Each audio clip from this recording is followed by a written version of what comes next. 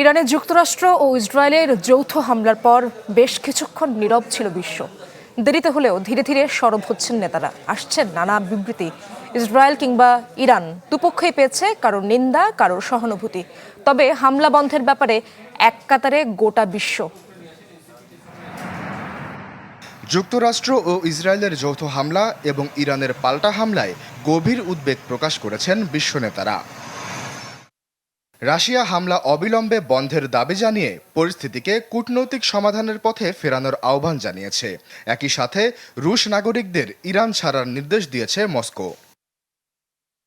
ইউরোপীয় ইউনিয়নের পররাষ্ট্রনীতি প্রধান কাজা কালাস মধ্যপ্রাচ্যের পরিস্থিতিকে বিপজ্জনক আখ্যা দিয়ে অঞ্চল থেকে ইউর অপ্রয়োজনীয় কর্মকর্তাদের প্রত্যাহারের ঘোষণা দিয়েছেন।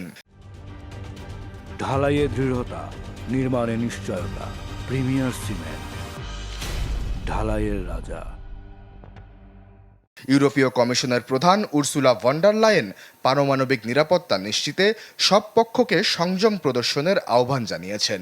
এই হামলা আন্তর্জাতিক আইনের সাথে সঙ্গতিপূর্ণ নয়, এমন কথা বলেছেন নরওয়ের পররাষ্ট্রমন্ত্রী।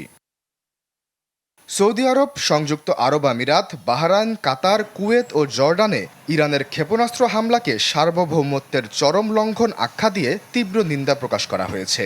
জর্ডান বলছে তাদের আকাশ প্রতিরক্ষা ব্যবস্থা দেশের দিকে ধেয়ে আসা দুটি ব্যালিস্টিক ক্ষেপণাস্ত্র সফলভাবে ভূপাতিত করেছে।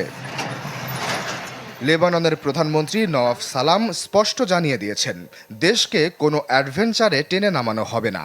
ইউক্রেন বলছে ইরানি শাসক গোষ্ঠীর নিজ দেশে বিক্ষোভকারীদের উপর দমন পীড়নই বর্তমান পরিস্থিতির মূল কারণ।